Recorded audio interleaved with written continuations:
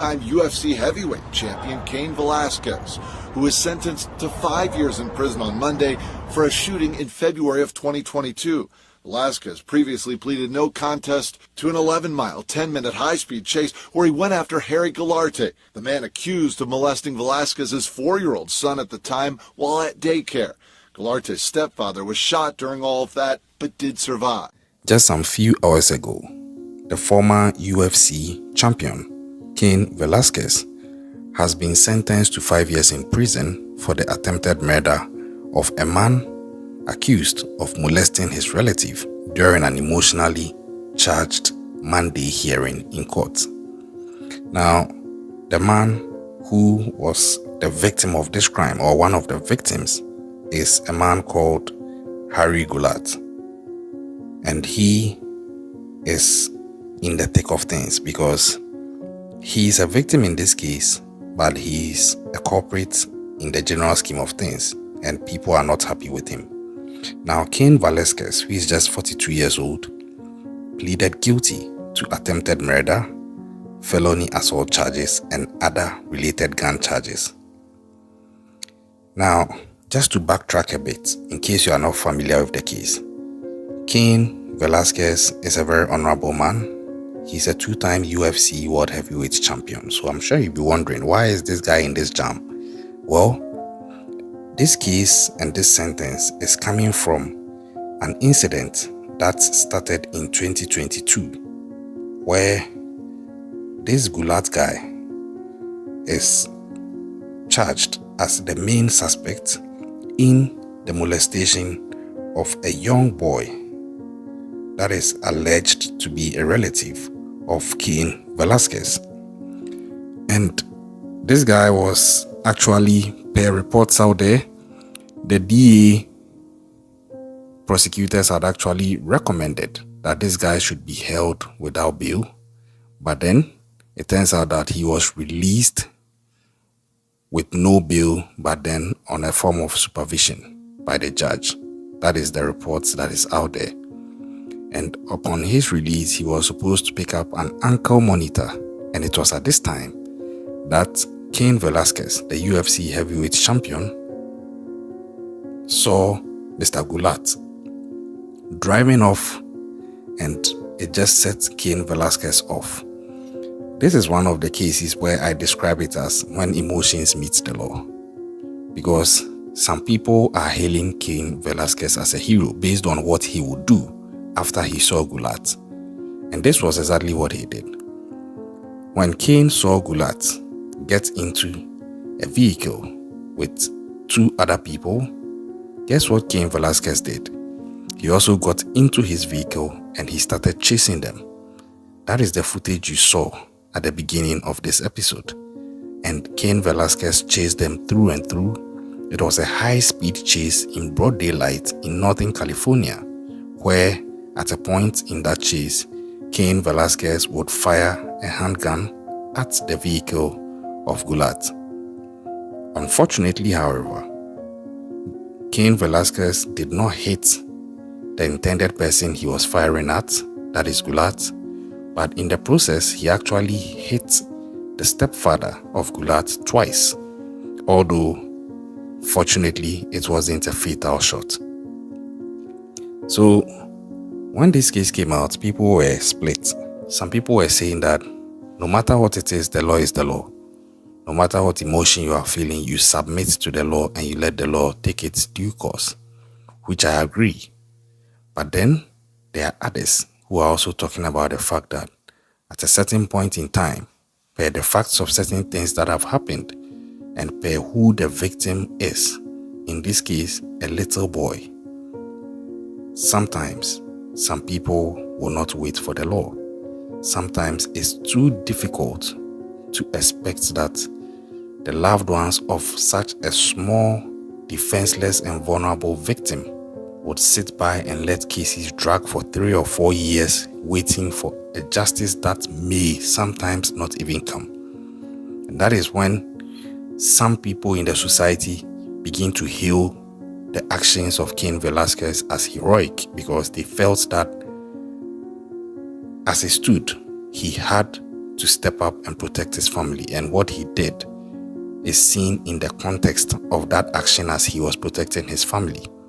Now, that has generated a heated debate because even at this point, some actors in the mixed martial arts community are actually appealing for lawmakers to come in and look at some of these things, because when you look at the law as it is absolutely wrong, but sometimes you have to appreciate where the culprit is coming from per the scheme of things and who the victim is and the connection that they have to the victim. And you begin to appreciate that maybe they need to look at the law again and reclassify some things.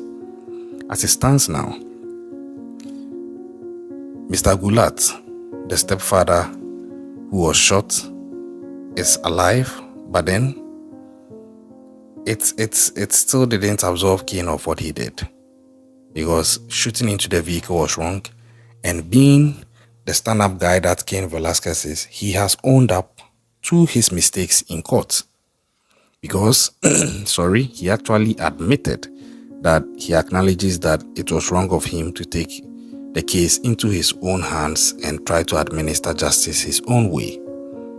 But what do you think? Do you agree with the actions of Cain Velasquez, or you condemn it? Or is it that you don't condone what he did, but you understand? Yeah, these are technical things here.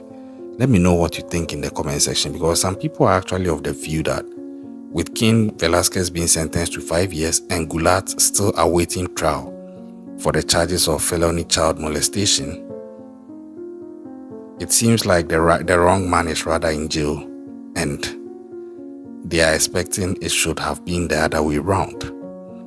And like I said, that is when the emotions meet the law, because at the end of the day, the law is the law.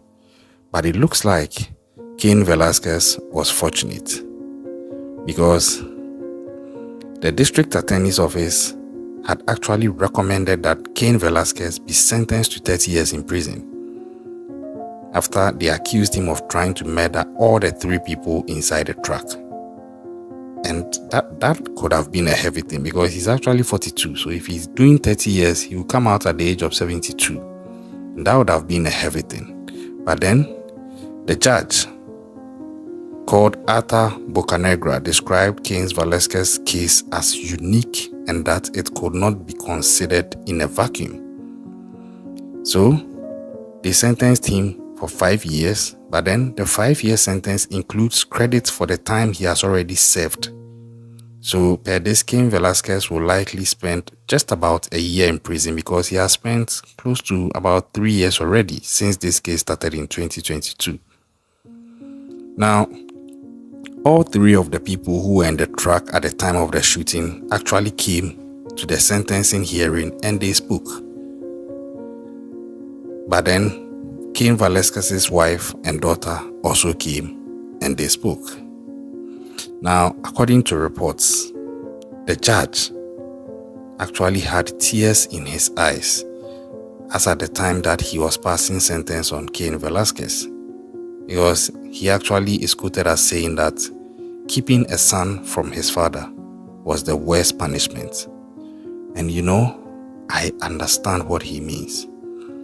Sometimes these things are heavy. I wouldn't want to be in the shoes of that judge, because whichever way his decision goes, there cannot be a complete victory.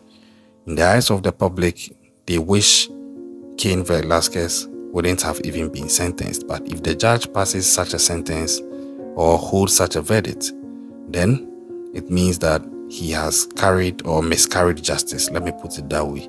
And if he sentences Cain Velasquez, it looks like he has failed the portion of society that deems Cain Velasquez as a hero for what he did for that little boy who had allegedly been molested.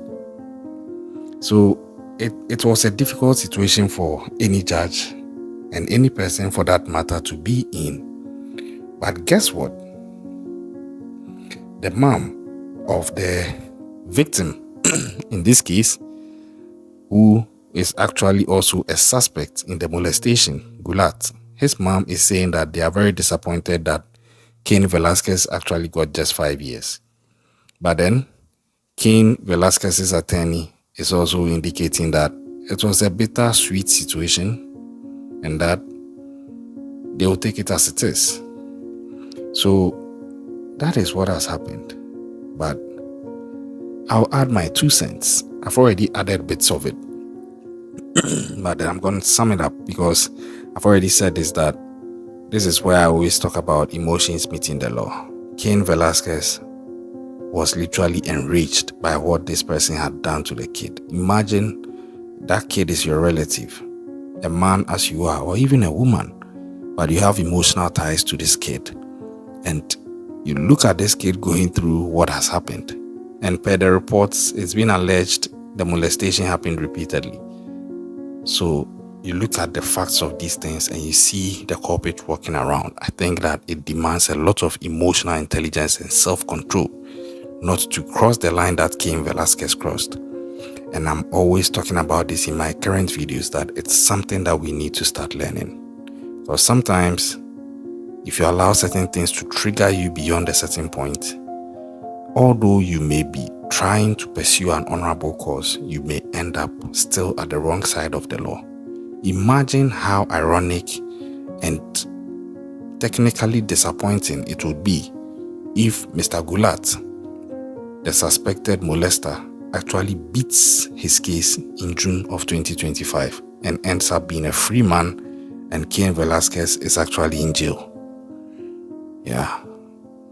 These things are the difficult sides of the law, because sometimes, although the justice is administered, it still comes with heavy feelings and a bit of unrest, because the society has sentiments on the outcome of certain cases. There are some cases that once the verdict is passed, everybody agrees that, oh yeah, that is it. But there are some cases that even though people agree that the law was broken, they still look at the person as a hero based on the severity of the offense that was perpetrated and the victim that it was done to, and the closeness, bond, or ties that the victim has to the person who tried to seek revenge by trying to exact their own form of justice and dispense it on who the suspect is. It's a thin line that I think going into the future, lawmakers should try to look at, because it is becoming increasingly repetitive that these things are coming up, where at a certain point, especially when things are done against kids, some people are literally ready to sacrifice themselves to exact vengeance because they don't want to wait till the law will travel the long journey and exact its form of legal justice. What do you think about all this? And what do you think about the hashtag that is going on talking about Free Cain Velasquez? Stay safe out there. If you have kids, keep an eye out. These things are happening everywhere across the world, and it's very important that we pay attention. Stay safe, and I'll catch you on the next one.